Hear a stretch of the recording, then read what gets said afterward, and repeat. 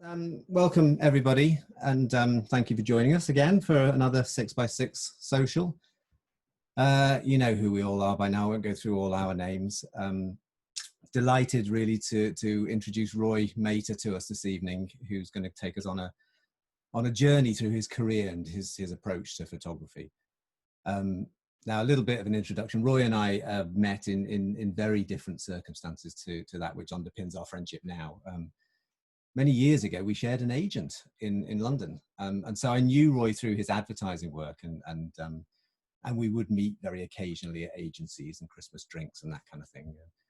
And you know, I guess he would know me as the guy who shot the Visit Britain ads in the 2012 Olympics, and I knew him from his Tesco's advertisements and National Savings Bank campaigns and that kind of thing, and also from his very kind of distinct style that's so important to the success in that kind of cutthroat field. In fact, I think of Roy as one of those special photographers who's managed to sort of develop a unique style of his own, and I think that's something you can always pick out a Roy Mehta picture when you see it, which is an amazing thing. I could see his work, and on the few occasions that we met, I could see that his soul in photography was outside of what he was being paid to do. Like all great photographers, he was driven to make personal work alongside his day job, and it's in the proper way of things. It's his personal work that drives the commissioned work and the art directors to his door. And so when I came to putting the 16 project together back in 2016, Roy's was one of the first names on the team sheets, really. He joined right at the beginning, and at that time I didn't know much about the project, his project work he's going to be showing us tonight. But I wanted to see how he saw, and I was interested in how he would work with the ideas behind 16, and I was interested in how someone with such an inimitable approach to work would sort of operate with portraits of teenagers. And through that project, I've got to know him better, and you know, now I'm proud to call him a friend. But rather than me go on about Roy's work, I'm going to get him to tell us about it himself, how it's developed. And I'm sure, like me, you'll be fascinated by the sort of deeply thoughtful and tender approach he has to his photographs.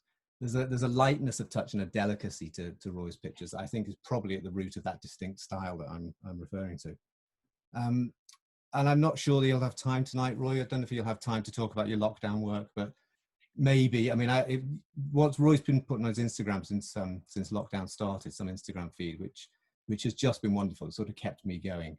And it's those quiet images married with quotes and poetry and prose that led Historic England to make him one of the lead photographers in an archive of this time. So that's enough from me. Roy, I'm going to hand straight over to you. And I've never asked you, is it Mehta or Meta? It's Meta. Oh, Meta. Okay. Right. People call you Roy Mehta all the time. It's loads of different ways, don't worry. All right, well, hopefully we'll have a book one day called Metadata, will we? Haha, boom, boom. Roy, take it away. Thank you, guys. Okay, I'm just going to share my screen and hopefully try and just get this up here. So a sec. Okay, can you all see that?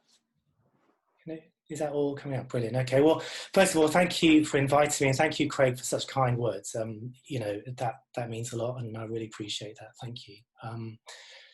So what I'm going to do today is kind of take you on a bit of a journey through some of the work I've been doing. So as Craig said, we met in different circumstances, really. We did share an advertising agent, and over the years, so I basically went to Farnham from 1987 to 1990, and since then I've worked in photography in lots of different ways. A lot of personal projects, which I worked on, commercial and commissioned work, which is how I often fund my practice, and I've also taught as well at different colleges around the country.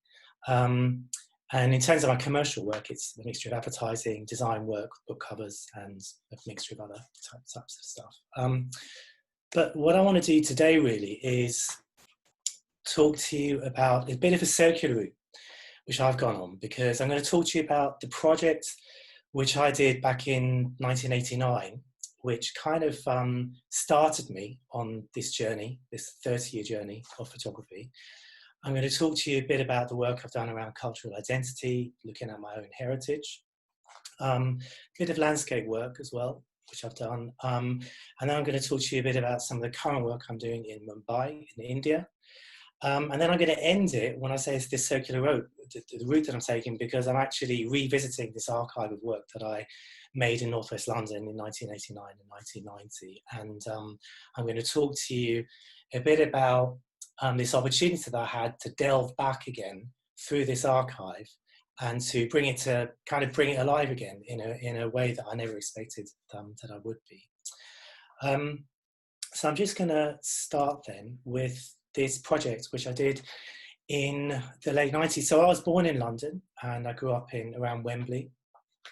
And that was my home, basically. And one of the things that I was kind of shooting lots of different documentary projects, but what I wanted to do is I wanted to shoot something in an area that I felt I had a connection with. And that was Harlesden and Willesden, where my dad worked. And what I did in that period was basically, I didn't have a particular idea in mind, but I would just walk the streets with my camera and just photograph people on the streets and in the homes. And then gradually, I just built up a kind of connection with people there and got invited into people's homes.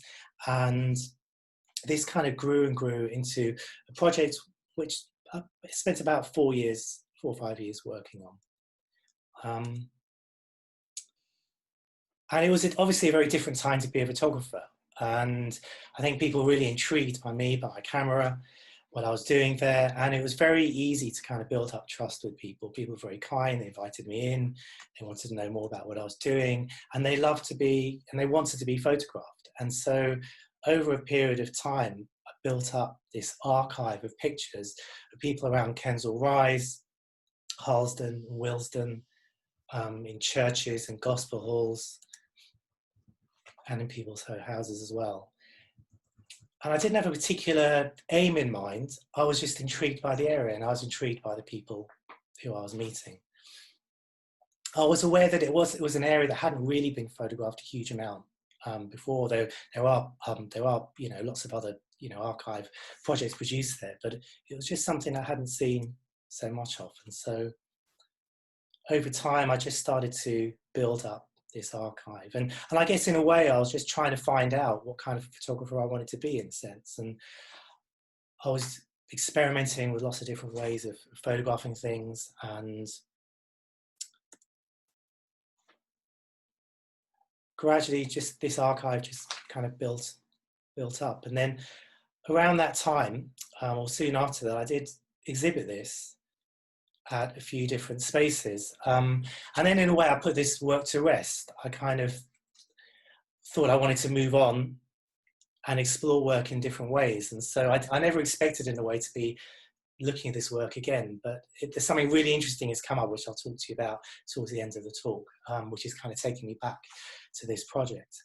I think that around that time, I was in my early to mid 20s, and I was thinking about, well, how do I look at my own background? How do I think about photographing some of the background I'm from? So basically, my parents are from India. I was born here, born in Wembley. But I was trying to think, well, how do I create images that deal with my background? People were saying to me, well, photograph your own background. And so I started to build up a series of images of taking at cultural events and different fairs and a variety of other places. And I was trying to just look at the idea of difference in some of these images. And I was trying to see if I could find a language, a way of approaching a kind of photographic sensibility, if you like, to try and find a way through to kind of think about that idea of difference and what it is to have a different cultural background. But as I was making these images, I was kind of aware that I felt they were very representation of other things, but I didn't feel that they were necessarily answering some of the ideas or some of the things that were lying within me. And I thought I needed a different kind of approach, I think is what I'm trying to say. And so what I did was I started to hone down more into details. I think that one of the things that I found growing up is that, you know, I feel very English, and it was just really interesting to me when other people would say things like, well, where are you from, or asking you these kinds of questions. And in a way it's absolutely fine, but it was also created a sort of jarring effect. It was like a bit of a sort of disjunct. And what I mean by that is that through your own eyes, I see myself as being English, but other people don't always necessarily see you in that way. And I think that created a kind of anxiety, if you like, within me, and a kind of a sense of anxiety, I guess, is what I'm trying to say. And what I found is those pictures I was taking didn't really kind of touch at that. And I was interested in seeing if I could find a way of using my photography to touch more on that. And I found that by going into more details and by avoiding the representation of faces, for me, I started to find that these images started to create more of a sort of ambiguity. And that ambiguity to me reflected my ambiguity about how I felt about engaging with the idea of being English, I guess. And so gradually over time, I just started to build up this collection of images. And I was looking at details, and I was especially interested with details that suggested a connection with empire. And I found that these images, for me, just articulated a sense of ambiguity and articulated that slight sense of unease and slight sense of anxiety about my approach and my feeling about living in the UK, I guess. And so basically I started working on some of these ideas, and then this work was taken on by a gallery called Cambridge Darkham Gallery, and then I started to work with Autograph, who have been very, very helpful, great supporters of me. And then this led to a series of images, which became a book called Distant Relations. And I was interested, the reason I called it Distant Relations is I was interested in the idea of storytelling and the idea of a complicated, ambiguous narrative. And so these are some of the main kind of set of images that I was producing around that time, which formed the core of this project. And the details are deliberately ambiguous. I wanted it to leave it up to the viewer to try and think about an approach and to try and think about their reaction to the image. I didn't want to tell a whole story, in a way, is what I'm trying to say. And I was also, for example, with images like this, I was interested in thinking about small elements that hinted at people that have a connection to empire or connection to England in different ways. But I was trying to create images that hinted at that in a more subtle way, I think is what I'm trying to say. And I think through this approach, I found for me, it began to just make sense. For a short period, I found that creating these pictures just highlighted a sense of how I felt. And I guess in a way I wasn't sure about how I felt. I was trying to work it out. I was trying to work out what my own sense of my own connection to this country is and how to kind of make it work, I suppose. So in many of the images, like this one, you know, you have the rings, you have the pint of beer behind the hand, and they're all images that are just connected at a kind of a subtle connection to this country. The images like this, what I was doing, these were petals that were dropped after a kind of cultural event that I was photographing in Wembley, and I was interested in the kind of sense of unease of the score and the marks in the floor, and the kind of hint of anxiety around that, Max with a kind of juxtaposed with the softer petals. And the images, I guess, are quite subtle, but well, kind of in a way. And you know, people were saying, "What are you trying to say with this work?" And I think for me, this is what I was trying to say. I was just trying to look at the idea of difference, the idea of surfaces touching each other and connecting. And these are some of the approach I was thinking. I was also thinking about the idea of performance as well, looking at an image like this, where the idea that you're, you know, maybe trying to put on a face, if you like, or trying to imagine that you are something for an audience, for someone else. And I think that's how, you know, people I speak to have, you know, a different kind of heritage often feel like, I think. And so I think, you know, images like this kind of hinted at that as well. And I found also working in colour just allowed me to explore that, the kind of richness of the tones. You know, I kind of aided the kind of some of the feelings that I was trying to invoke. And at the time, I'd been really struck. I'd just been introduced to Rajabir Singh's work, who's a photographer from India, and his use of colour. He's an early adopter of colour photography, and his use of colour I found a huge influence on my approach. So with these images, I was hinting at the idea of exchange, of different cultures touching each other and trying to find new meanings.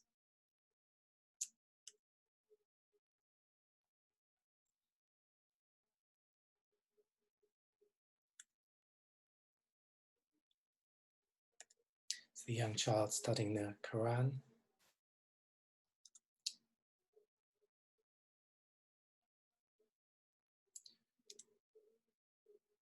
And I think also I was trying to just deliberately use a lot of space, a lot of empty space in the pictures. And I guess in a way, for me, the empty space was a question. I was trying to articulate the kind of questions I was asking, I guess. And that's how I was framing and thinking about some of these photographs.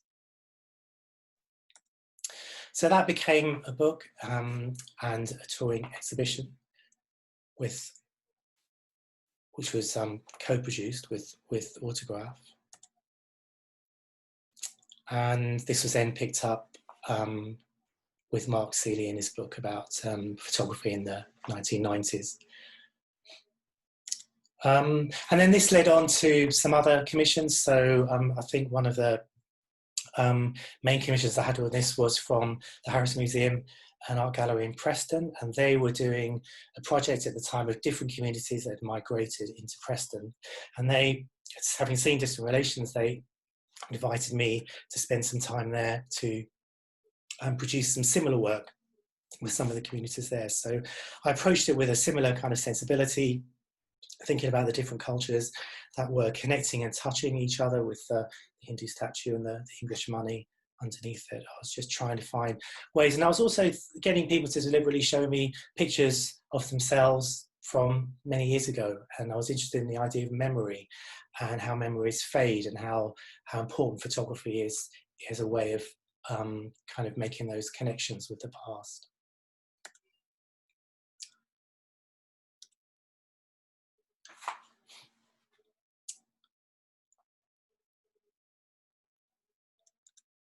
And then basically, so I did all this work, and then I was thinking, well, where do I go next? How do I move forward from this? And I was thinking, well, I could carry on with this work, but I didn't know necessarily that I had anything more at the time that I wanted to add. And so basically what I did is I thought to myself, well, I'm going to take a step away from this approach and think about doing some other work. And that led to another project called Coastline. I was interested in the idea of the coastline and how it acts as a backdrop to our sense of identity in this country. And in a way, I was thinking about broadening out that sense of cultural identity. And so what I did is, over a period of about 5 years, I travelled around the coastline of the UK to lots of different areas, and I produced a series of images of people by the sea. And I was interested in how people present the different sides of themselves when they're by the coastline, a more meditative, a kind of quieter side, if you like. Not always, but very often.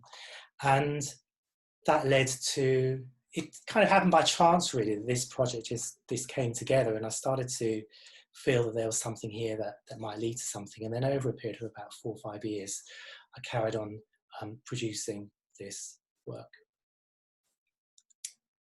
And at the time also, I was experimenting with landscape, and I was interested in juxtaposing the landscapes with these portraits as a way of contextualizing the portraits, if you like. And so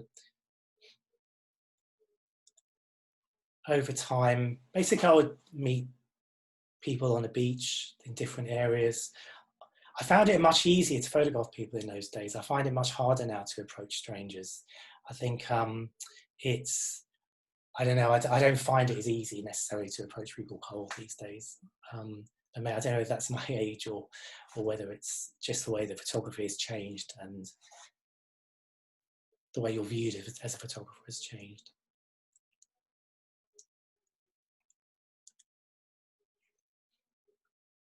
So this basically built up. It became another book and an exhibition, which toured to different places.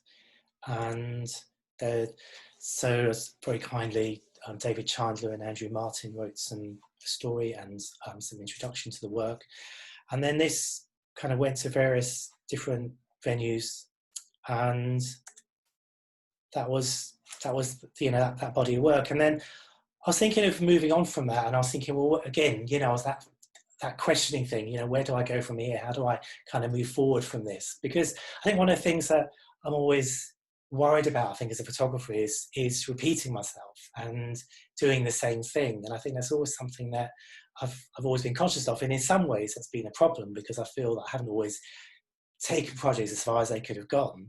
But in other ways, I just feel I always want to try and find new ways of doing things, I suppose. The landscape work led on in various reasons.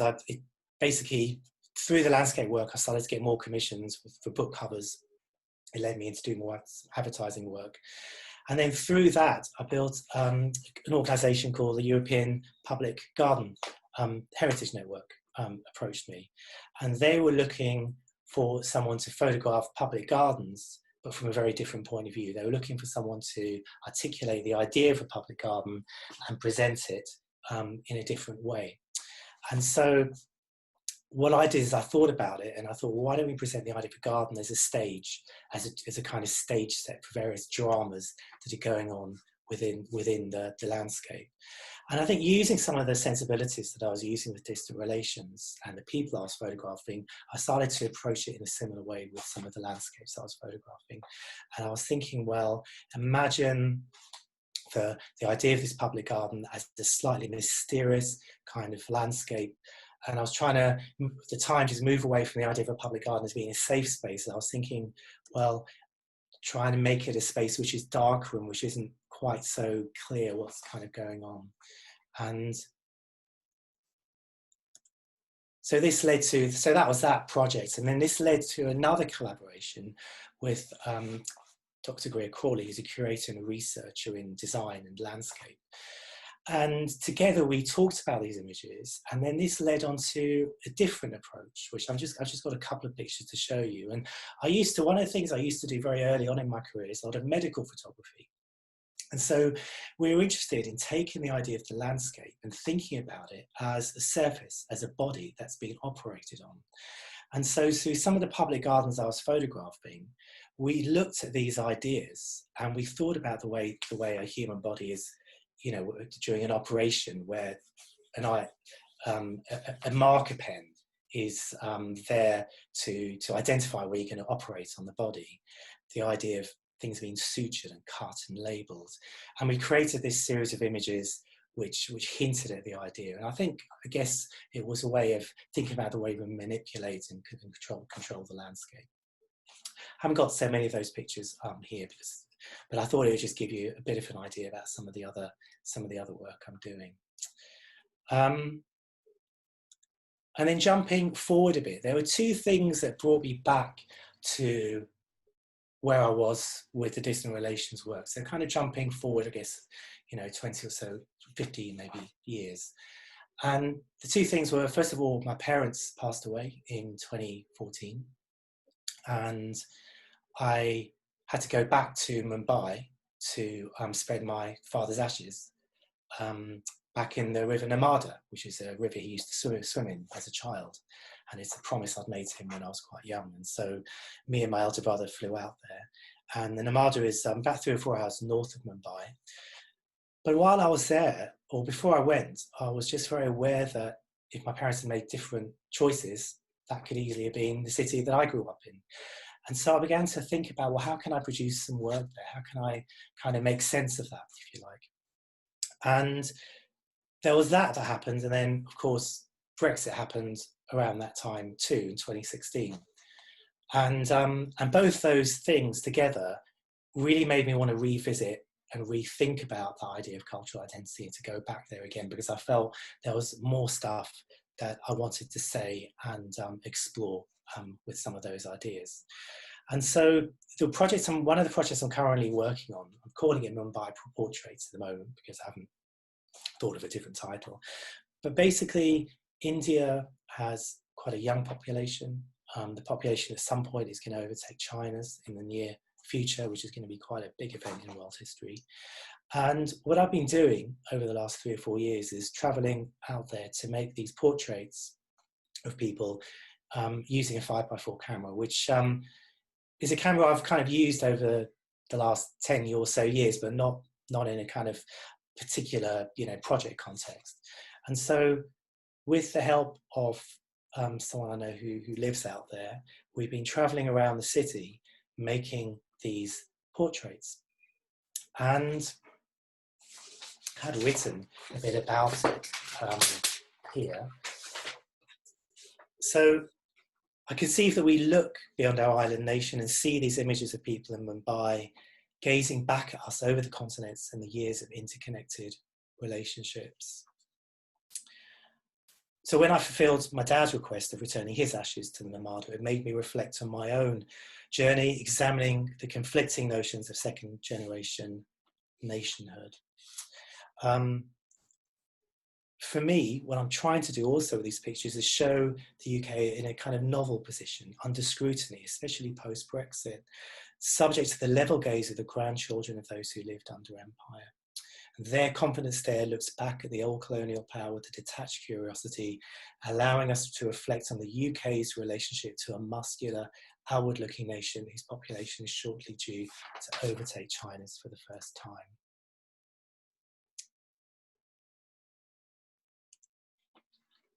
And so I've been making these pictures over the last, I guess, the last 3 or 4 years, at various times when I'm traveling out there.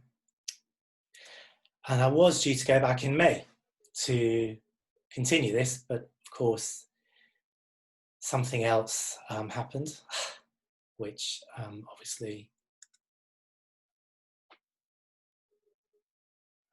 made me rethink that. So I guess I'm hoping to go out again next year to carry on with this.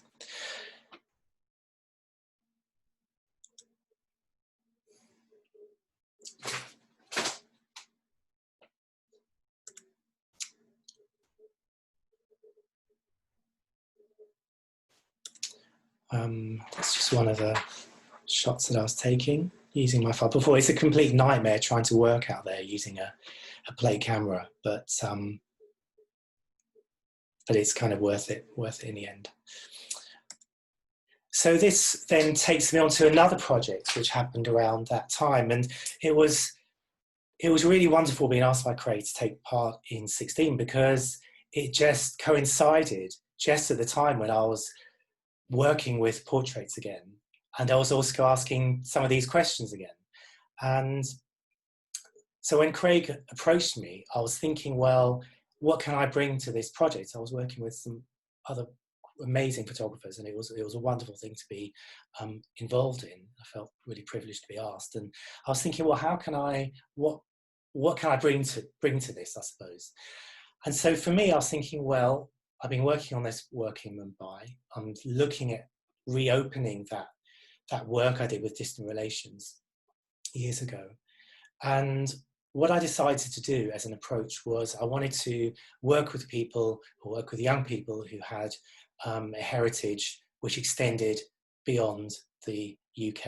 And so what I did is, through friends and other people I knew, I just started to work with young people who had a background. It might be a parent or a grandparent or even a great-grandparent who came from outside the UK. And with the photographs, I was interested in talking to them about how they felt and how they felt their identity was developing. And I think one of the things that really came across to me post-Brexit is that when I'd finished the distant relations work back in the 1990s, I kind of thought that, in a way, the country was on a certain curve, if you like. And if you like, in terms of an acceptance of multiculturalism, if you like. Well, I think there's so many problems with that word, and I think, in a way, looking back, I think I was quite naive. And I think Brexit was a great big kind of marker, in a way. And for a lot of these people, and when we did 16, it was just post-Brexit. And I think all of them were incredibly aware of what was going on politically and were very keen to kind of talk about their sense of identity in the context of what was happening. And so what I did with this work, a bit like similar to Craig and some of the other people working on the project, is I was talking to them, then I was getting into write some text to go along with the work. And for me, this was something that was new. And I think one of the things I really liked about working with the 5-4 is the collaborative aspect of it. And the idea that you can't just photograph someone, you have to spend time with someone. And it is much more of a collaboration. And I think that I really liked that aspect of it. And I think this idea of getting into write about their ideas and their feelings. And so what I did is I just said to them, just write something about how you feel and about being 16, but also talk a bit about your sense of identity and how you feel growing up in this country with a heritage, with a different heritage. And so each of them explored that in different ways. And I think for me, what I really enjoyed about working and talking to these young people is the language that they were using and the conversations that they were having. And it was a conversation that was very, very much alive in their age group. And I think that's what I found so interesting. My thoughts, I guess, was I'm a second generation immigrant. They're, second, third, fourth generation. And in a way, I was thinking, well, is this something that is, formative to them? And it absolutely is. And they all had something to say and something to talk about in that context.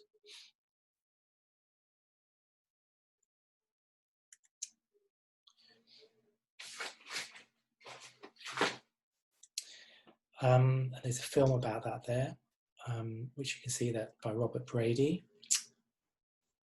Okay, and then I'm going to just kind of move on to where I am now. So in London, you have something called a London Borough of Culture. And basically what it is each borough in London every year is awarded a sum of money to celebrate and explore the culture within that borough. So last year it was Walthamstow, which I think was the first one. And this year has been the year of Brent. So Brent was awarded this fund to celebrate culture in the area.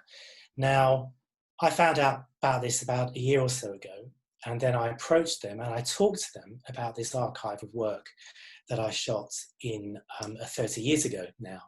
And they were really interested in looking at some of this work. And then they basically very kindly given me a grant to find and rescan these negatives. Now, one of the things that happened, and this conversation I've been having with Craig, is that I don't think I was very good at editing my work 30 years ago. And what I realized is I found all this new material that I hadn't considered before or looked at. And I've also begun a collaboration with Professor Carol Tulloch, who is helping me curate and is curating the exhibition. So Carol has written an extraordinary book called The Birth of Cool, Style Narratives of the African Diaspora. And she has a lot to say about, or a lot to talk about, the idea of the archives. And she talks about the archives as the veins of history, the idea of the present and the past and how they link. And when I approached her, what I found so interesting is that as a writer and a curator with a specialism in dress and Black identities, what she could bring to the project is something which is quite unique, and it's never something that I've worked on before with someone, because in a way what she's doing, she's looking at the photographs as they are, as they're images, but she's also looking at the clothes people are wearing, what it says about them, the tablecloths, the wallpaper. And it's such an interesting way of exploring this work. And so delving into the negatives, I basically found all this work which I hadn't really seen before. I couldn't really, 30 years ago, I didn't have a darkroom, so I was shooting a lot of negatives and, you know, not really kind of going through them properly in a way. And so what the grant has enabled me to do is to completely go through them, scan them, find all these new images, and then represent them. And so over the last kind of 3-4 months, I've been going through them and scanning them. And one of the images that I came across was this one. This is one I found a year or so ago. And it wasn't one I'd seen before. And I was just struck by the tenderness in the picture. And I remember years ago, there was an exhibition at the Tate, I think, called Cruel and Tender, looking at documentary photography. And I was thinking about some of the ideas and some of the things I was doing at the time was I was trying to explore the idea of spirituality within a kind of hard urban environment. And this picture seemed to encapsulate that. And then moving forward, I've just been finding many of these images which hadn't been seen or scanned before. Many of which are to do with the Irish and some of the Jamaican communities in that area. And some of the themes that I've been discussing with Carol are to do with the idea of shared experiences of those communities, the idea of pattern, detail, rituals, to do with dancing, to do with weddings, to do with different cultural activities, to do with eating. And the thing that I found so wonderful about working with her is that she's been talking to me about these pictures and identifying other markers. So within images like this, which is another recent one that I recently found, you've got the chars and dye and the wallpaper, but she's also talking to me at length about the tablecloth and the kind of markers in the tablecloth and what it means to someone from her background as well. And so it's been a really kind of great collaboration. So I'm just conscious of time, sorry, but I hope I'm doing okay. But just gonna flip through some more of these images. And so basically what we're going to do with this work is it's been scanned at the moment and it's going to be represented in an exhibition some point next year. Which is going to be shown in the heart of the community where it was actually made in Brent. And one of the things I wanted to do, that I was really keen to do, is I wanted to gift this to the borough. So the borough had the Brent Museums and Archives is one of the national archives in the country, and I really wanted to gift this to them as a way of saying thank you in a way to the people of the borough.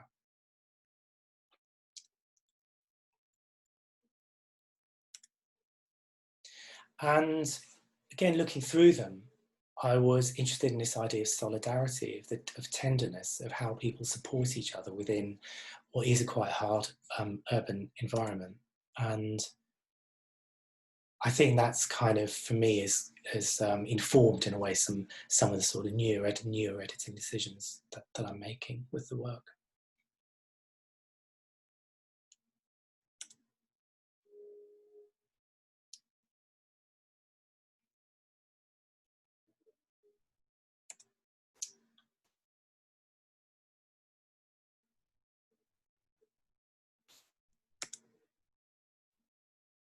And in a way, you know, looking back at it after all this time, it's quite strange, really, because it's almost as if it was someone else that took these pictures. And that's what I find so interesting and unusual about finding these pictures again, because I never expected to revisit this work. So it's been an amazing experience, kind of going back and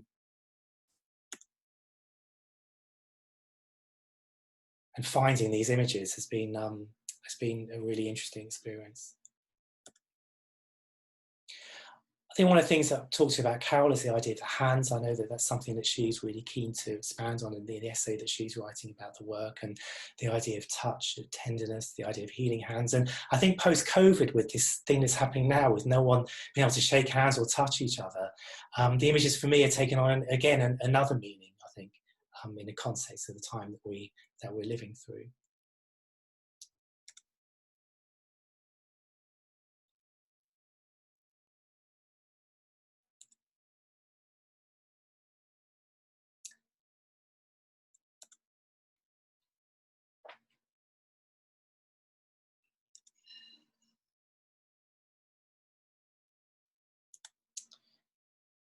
And that's basically where I am at the moment. So that I'm just gonna finish it there, basically, Craig. I do have some of the other pandemic ones, but I'm not sure how about time. So that's kind of where I am at the moment. So that's, yeah.